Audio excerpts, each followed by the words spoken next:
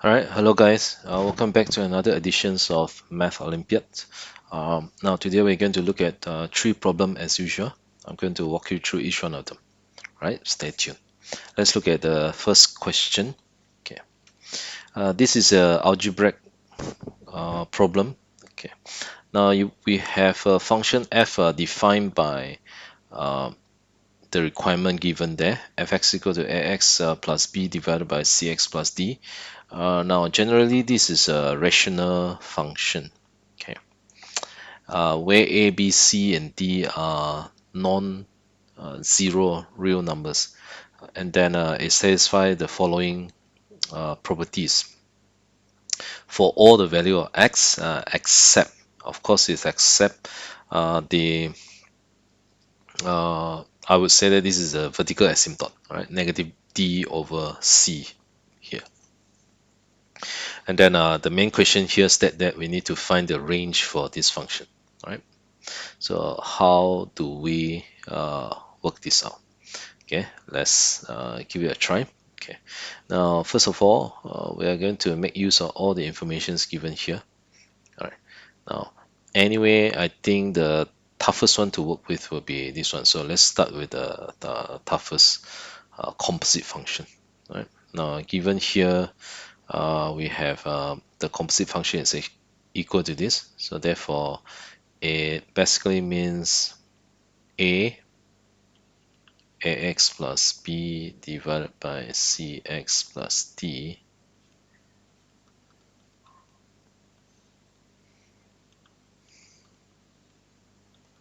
is equal to x. Right? Did I get it right? Oops, sorry. I think I missed out one part there. Hold on, just let me fix it. The denominator, I think I forgot to include this. It's ax cx plus d plus the d. All right. Now that will be our composite function, right? Okay. So from here we can simplify the structure. So once you simplify that, we will get the a square x plus ab plus bcx plus bd divided by the acx plus bc plus cdx plus a d square, and then that should yield x here. All right, now I hope that's clear. And then after that we can restructure one more time. So uh, now you can restructure in such a way that we have this, and then while you're restructuring, you can also perform grouping. Okay, maybe it's best if I group them first before I restructure. So if I group them, that would look something like this. You can see that there are like term x, so therefore there will be a square plus bcx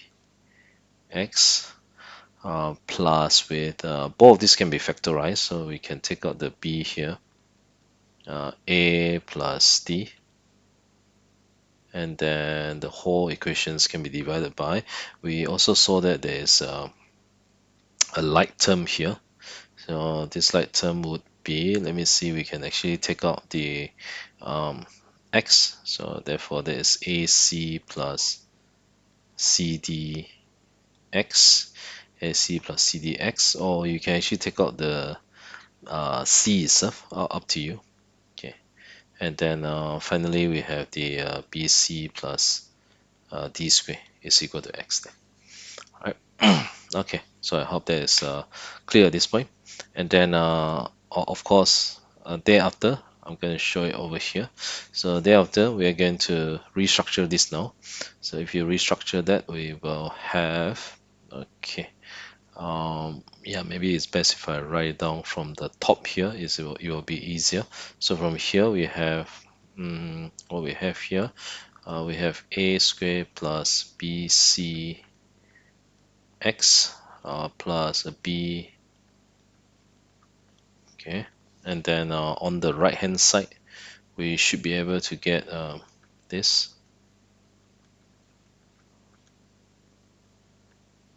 x square. All right, you can see that there's an x square, and then add up with Okay, so that's what we have. And then finally we can further group this. You will notice that the BC and this BC can cancel out. All right. So what we have now would be an a square minus d square x. Okay, there's a x, and then we have constant over here. All right, and then finally we have ac plus cd x square. Yeah, of course you can further rearrange that by factorizing. So we have a plus d here, x square, minus the a square minus d square x, and then finally we have this should be equal to 0 there, right? And then now since the a, b, c, and d are all positive real numbers, sorry, non-zero real number, my bad, non-zero real number here. Okay, so these are all real numbers, and then that are not equal to, so here I just put down in short, they are not equal to 0 there, right? Okay, now since c is not 0, to guarantee that this expression is would yield a 0 here, so therefore the only possibility would be a plus d must be equal to 0 there, right? So if a plus d is equal to 0, okay, this part will also be equal to 0, right? And then the a plus d must also be equal to 0 there, right?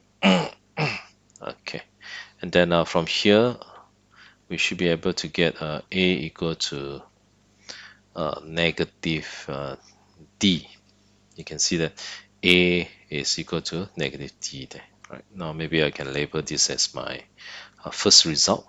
Okay, now next, after we have done this, we are going to continue to substitute the rest of the numbers here. Now from here you should be able to get f19 equal to 19. So that is basically, let me try that out. That will be 19a plus b divided by the 19c plus d is equal to 19 there, right? Okay, so after you simplify this, for instance, okay, we will have 19a plus b is equal to 19 squared c plus 19 d. Okay, so that's what we have currently, right? Now, next you can actually substitute this a into here at this point, if you like. Right? If you don't want, you can leave it as it is. So we have a second equation. Then we're going to get the third one here. You will have 97a plus a b equal to 97 square c plus 97d. I'm just copying based on the structure itself, right? So from here we can solve for 2 and 3. So if we take down 2 and 3 in this case, now that will be like 78a, and then that will be 97 square minus 19 square c here, and then 78d. All right. Now I hope that is clear at this point. All right. Now from here we can further simplify this now. Since a plus d is equal to 0, right? So we can actually factorize this too.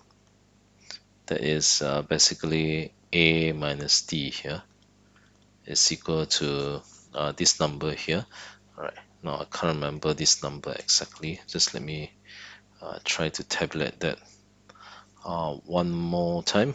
Okay, so that is by let me see here, by this 116, by 116, is it? This is 10, 11, 6. Yeah, correct. So it should be by 996. Okay, hold on, just let me double check that one more time.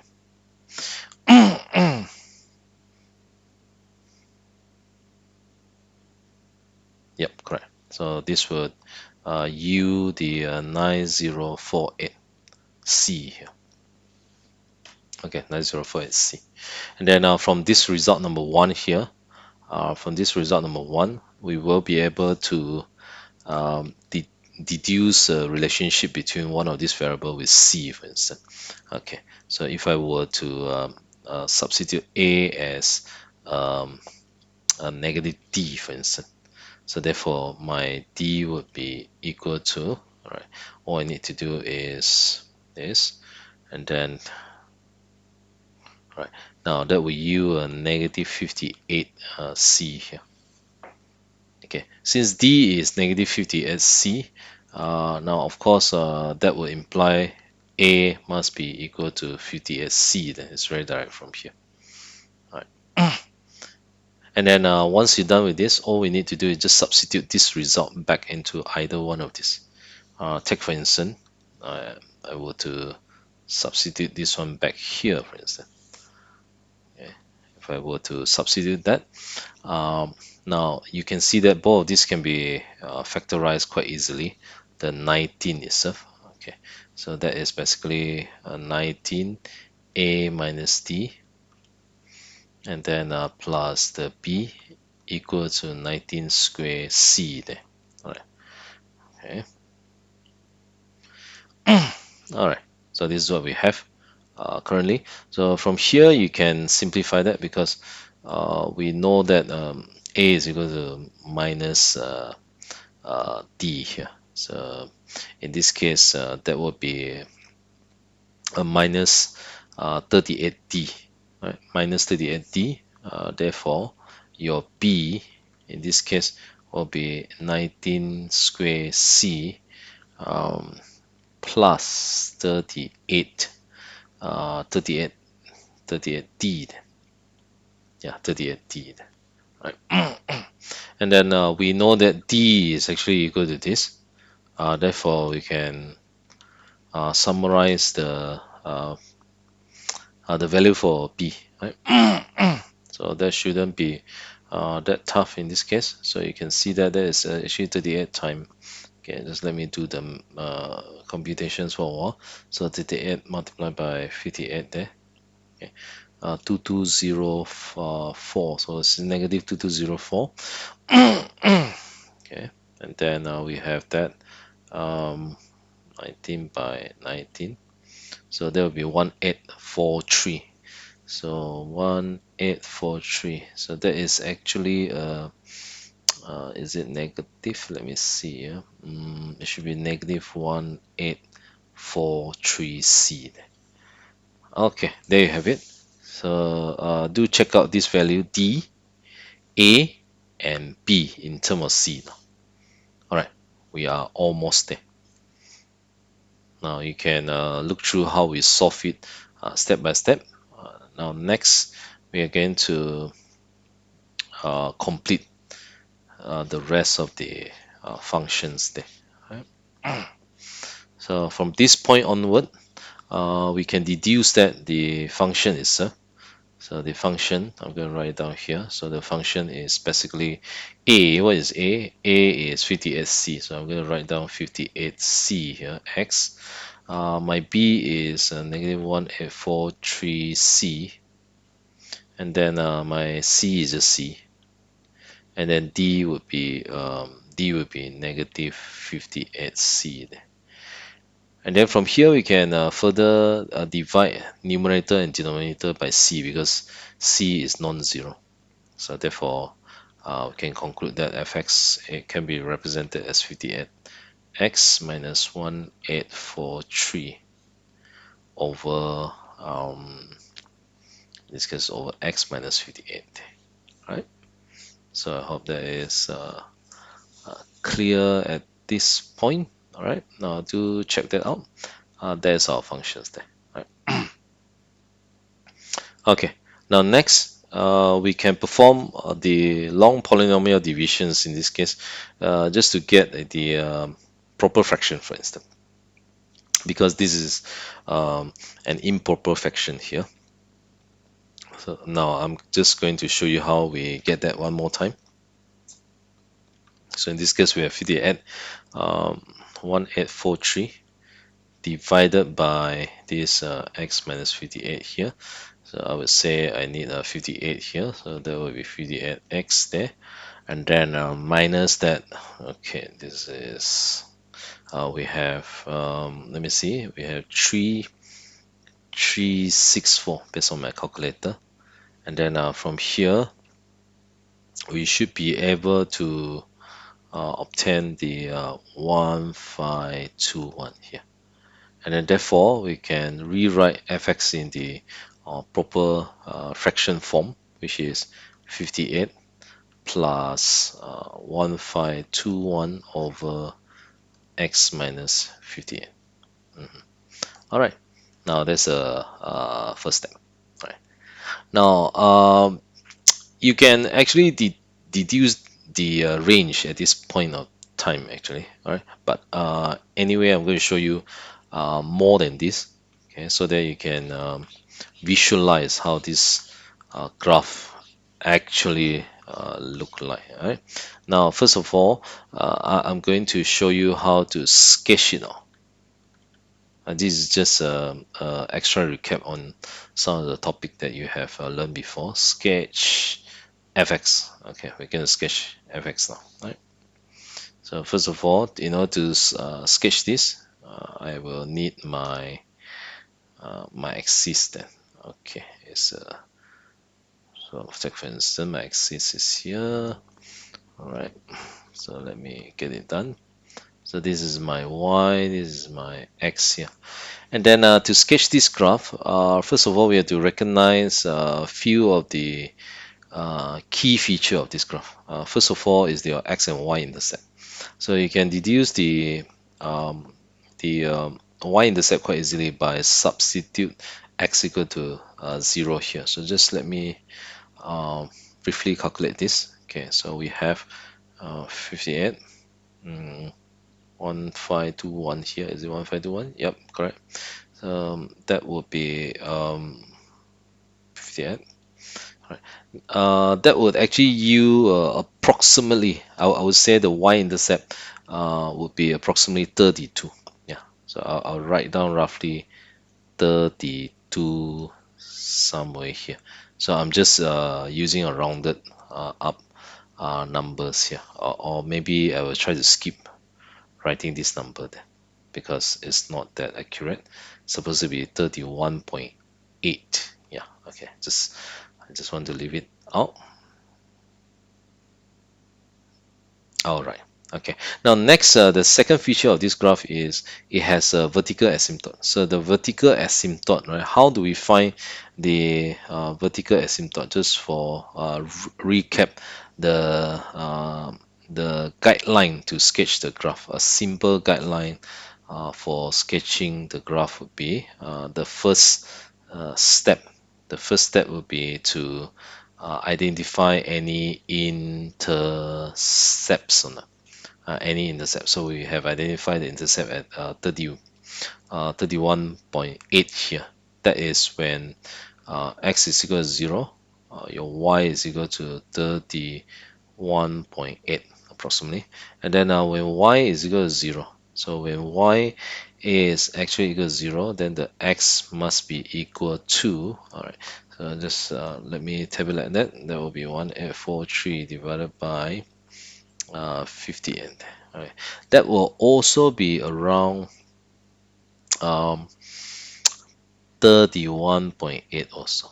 Right. So you can see that both of these intercepts are located more or less at the same position here. Okay, and then there you have it.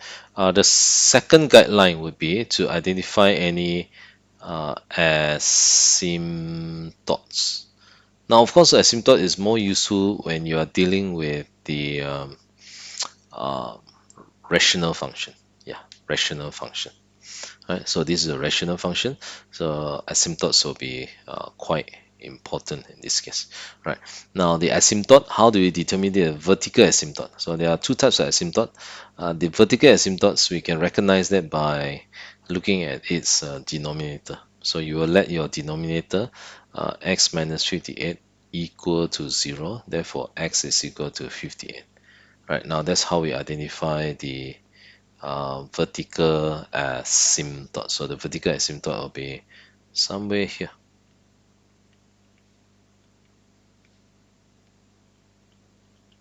Okay, that will be our vertical asymptote. Then I'll mark it down as x equal to 58. So the dotted line means the graph will not cut through this vertical line here, right? Okay, so I hope that's clear. That's our vertical asymptote. And then next we can deduce our horizontal asymptote in this case. Now, how do we deduce horizontal asymptote? The one method is to let your x approach infinity. What we are saying is if you go very far to the right by having an increasing value of x, what will happen to the y is now you can see that quite easily as the x increases to a larger number, then y would tends to approach 58.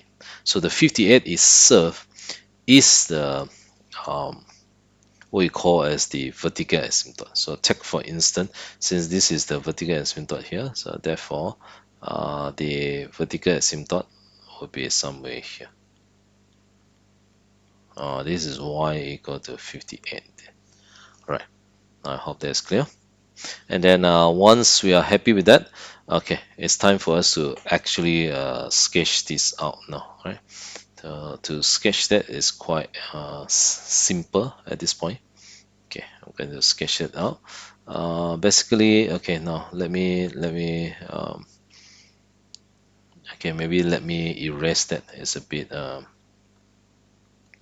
messy over here. So just let me cancel this out so that there's no interrupt here. Okay, I'm gonna write down the guideline at the side here so you can see. So from here, now this is our horizontal asymptote. So the guideline itself, I'm going to write the guideline one more time. So the guidelines will be whenever you want to sketch any graph. So the first step is the intercepts. Alright, so intercept we have already identified that just now. X and y is actually equal to oops, it's not equal to 58, it's equal to 31.8. Yeah, so 31.8 approximately, right? And then second criteria will be to identify any asymptotes. Yeah, is there any asymptotes or not? Right now the vertical asymptote is easier to identify. You just need to recognize the um, denominator, and then that will yield the vertical asymptote. And then for the horizontal asymptote, you have to let your x approach infinity, then the y will be approaching 58. So that will be our vertical asymptote. And then from this point onwards, we can try to sketch. So the graph would look something like this. It's going down here, and then get very close to the asymptote, but you are not cross, right? And then rational functions has another features. It always have another component in the diagonal quadrant. So if you were to treat this dotted line as your new Cartesian form in this case, so if one part of the graph appear in the quadrant number 3 here, then the other part of the graph must appear at this quadrant here. So it's a diagonal quadrant. Now that's how the graph actually look like. Now from this point onward, we can conclude. We can conclude the range of the function fx.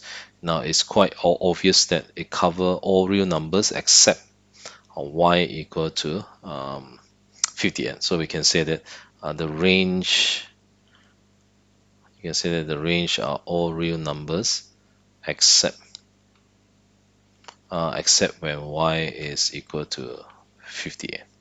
Or sometime in the mathematical literature, we can actually write it down using this symbol, set notation. The minus mean we ignore the y equal to 58, right? I hope that is a good revisions for some of you who are interested to take up any IMO competition, right? Okay, now I'm going to move on to the second example shortly. All right, this is our second example.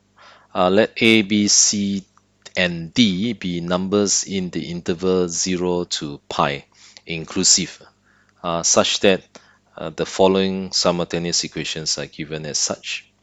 We need to prove that based on this simultaneous equation, we can prove that is this true or not, right? Now that shouldn't be uh, too tough at this point. Okay, now you might need a few tools here. Right now, I'm going to walk through the tools in a while, but the proper method to actually prove this will be here.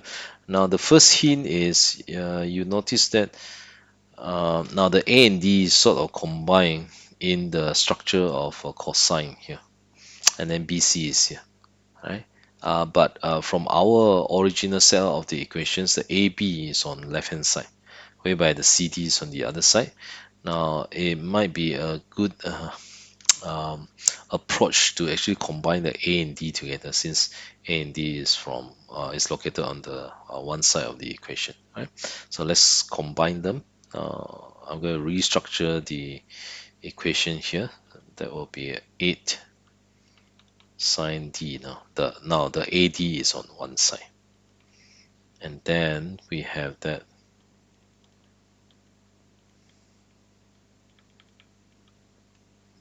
so the CB is on the other side. Okay. Right. Now we're going to do the same for the second equation. Now we're going to label this as first equation. Second equations will be here.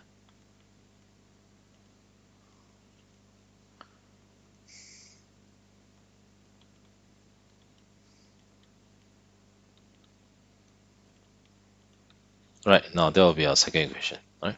Now, whenever we handle trigonometry equation, it's always best to apply this strategy to solve them. For instance, we can use the sum of square. Personally, I find this a much easier approach to solve this rather than using substitutions. Of course, you can always use substitution. It's just that the working is much more longer in this case. Okay, so I'm going to apply this strategy. I'm going to perform a sum of square. Now, so from here we will have the sine A minus 8 sine D square here. Okay, add up with this one here, cos A minus 8 cos D square.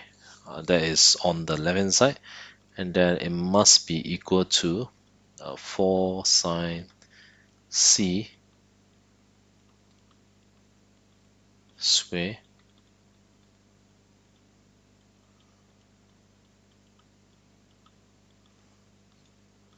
Okay, all right. Okay, now I hope that is clear. All right, now from here there are a few points you can see. So if you actually square this, you have a sine square cos square, which is actually a 1. And then from the second point here, you can see that that is actually um, a 16, right? Because there's 16 sine square plus a 16 cos square, so that will be another. Oops, I put it down on the wrong location here. Hold on. That's a 1 on the left hand side. I should be concentrating on the left hand side. Now the other term that I should have is the 8. So that will be like 64 sine square plus 64 cos square. So that will be oops, sorry. That will be a 64 then. Let me correct that. I accidentally erased it. So that will be 64 D. Okay, so I should be getting 64D.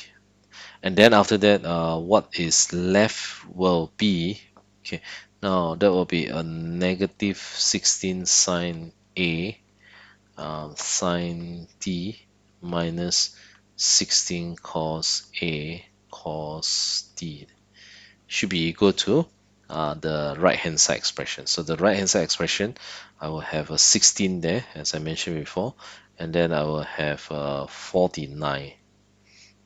And then minus of, let me see here, 56 sine C sine B minus of 56 cos C cos B.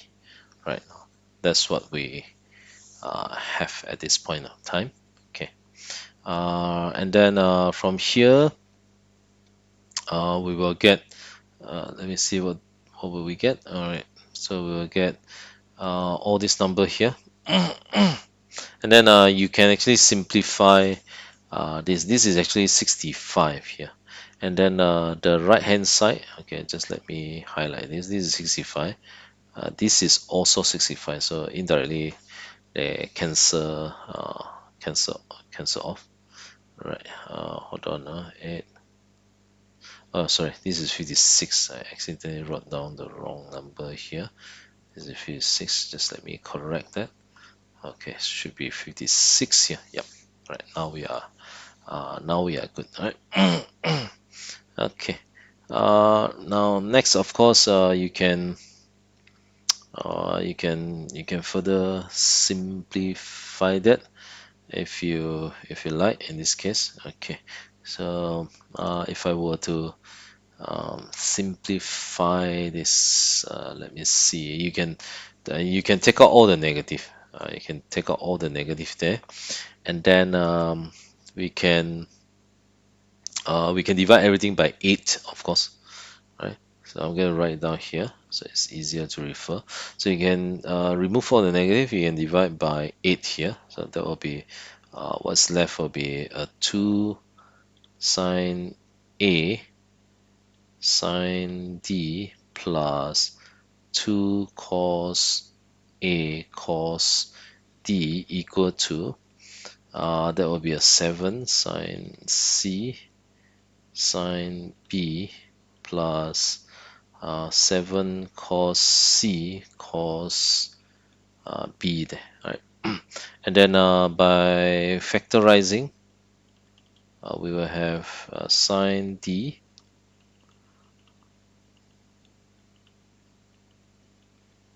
okay, and then that should be the same the same on the right hand side.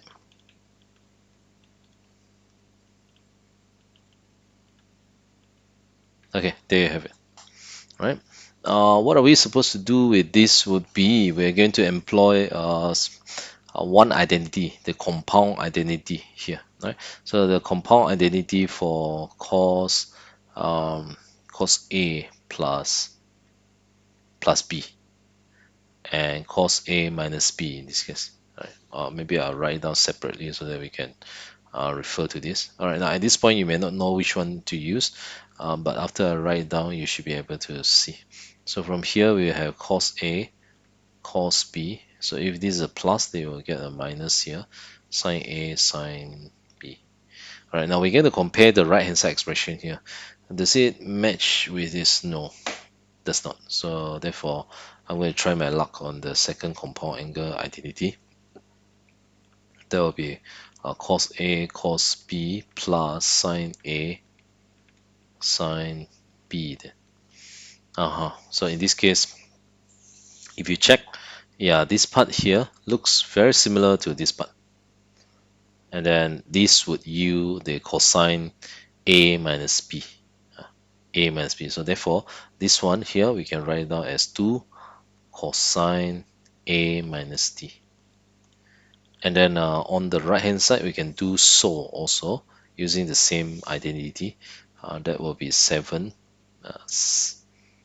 7 doesn't matter which one subtract, which actually for cosine.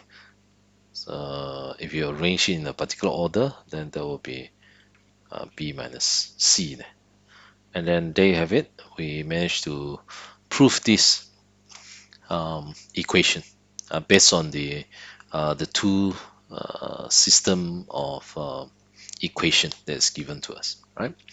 I hope that is clear. We're going to move on to the next, the last problem for today. All right, this is our last problem for today. Okay, now prove that we have 4 cosine square 9 degree minus 3 multiplied with the second expression should yield the tangent 9 degree. Right. So this has something to do with square there. Of course, you can try many strategies here, but I'm going to show you the strategy that is appropriate for this um, problem here. Of course, if you have any other methods, by all means drop your comment so that we can explore more maybe. All right. So based on this idea, we are trying to use these methods here. So I'm going to employ one of the identity, which is cos 3. Okay, since they're using this, I might as well use cos 3x in this case. So cos 3x is basically cos 2x plus x here, right? And then I will need to use the compound angle identity here. All right, you can see that. So by applying compound angle identity, I will be able to get cos 2x cos x minus sine 2x sine x. Yeah. All right, that's how it look like. And then after that, I will need to reapply the double angle identity. All right, okay.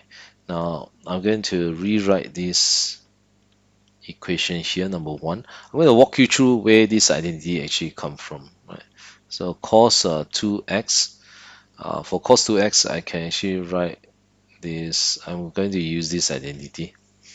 Okay, now that will be our second one.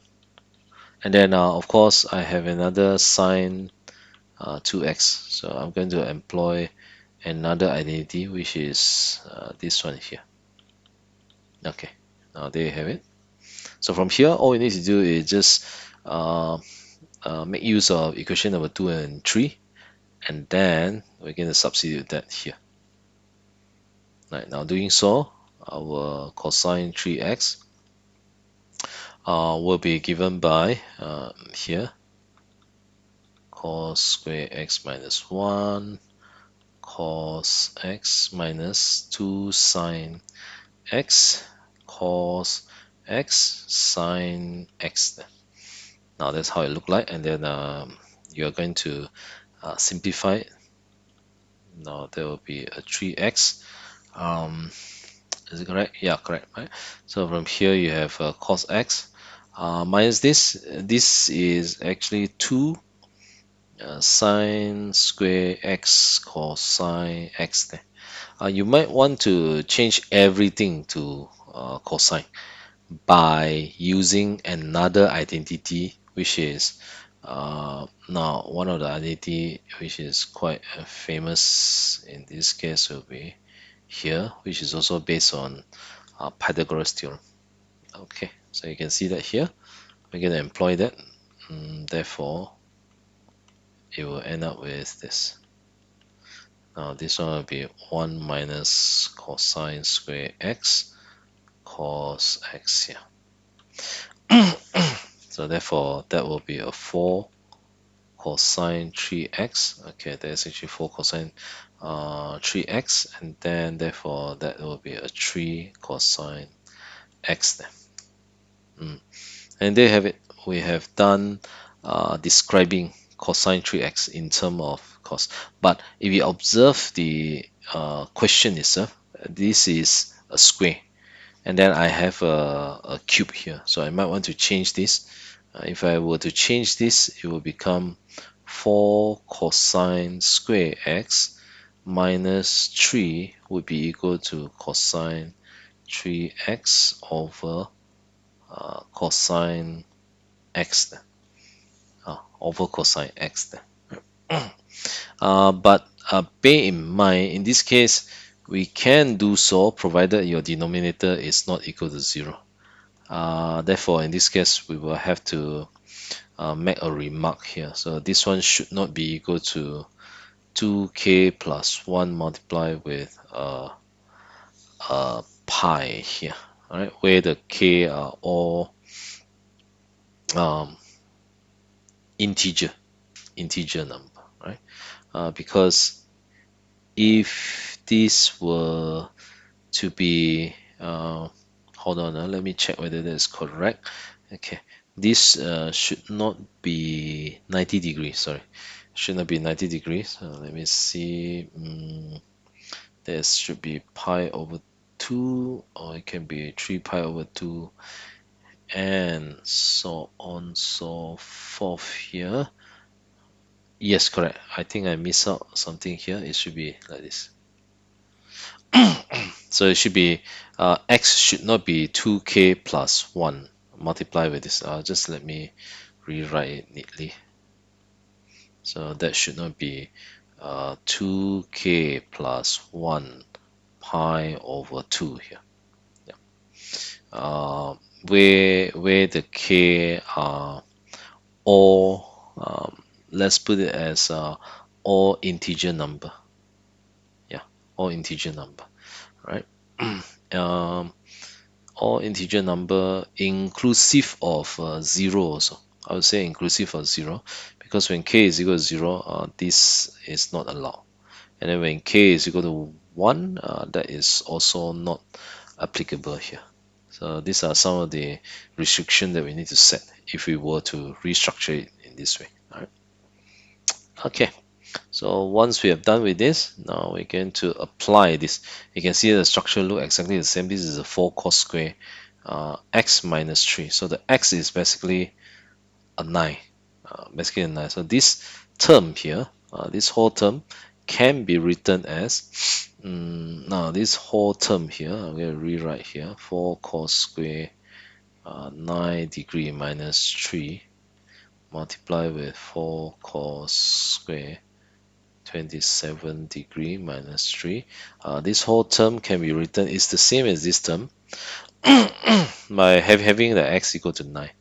It's also equal to this, so that will be a cosine 27 degree divided by cos 9 degree. That's how it look like. And then that is our first bracket.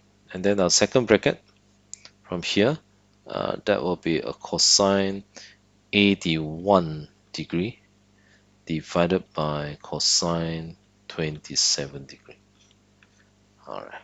Now you can see that these two terms can be cancelled off. And then what is left is over here, cosine 81 degree over cosine 9 degree there.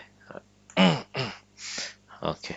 And then this is simply cosine 3, okay, cosine 3, sorry, 9 square. Hold on. Okay, so that is what we have currently in this case. All right. So I hope that is clear. And then this 81 is just 3 times of 27 there, or you can actually write this as 9 times 9. Okay, it's actually cos 9 times 9, or 9 square in this case. All right. Now, can we actually simplify this further? Yeah, can we actually simplify this further? Right. Now, of course, we can simplify this further. All right. We can actually employ the complementary rule. We can actually write this as sine, because cosine 81 is basically sine 90 minus a 9. Hold on. Oops, I think I wrote it down wrongly. Hold on. So let me show you the intermediate step first. That is basically a cosine 90 minus a 9. This one will look more appropriate. Now you can see that cosine 90 minus 9 is actually 81 degree, of course.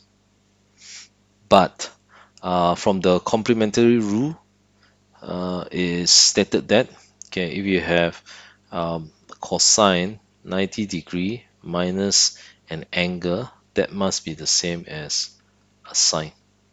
So therefore, this term here will be converted to a sine. Sine 9 degree here. All right, now let me erase this and then let me write it down on top here.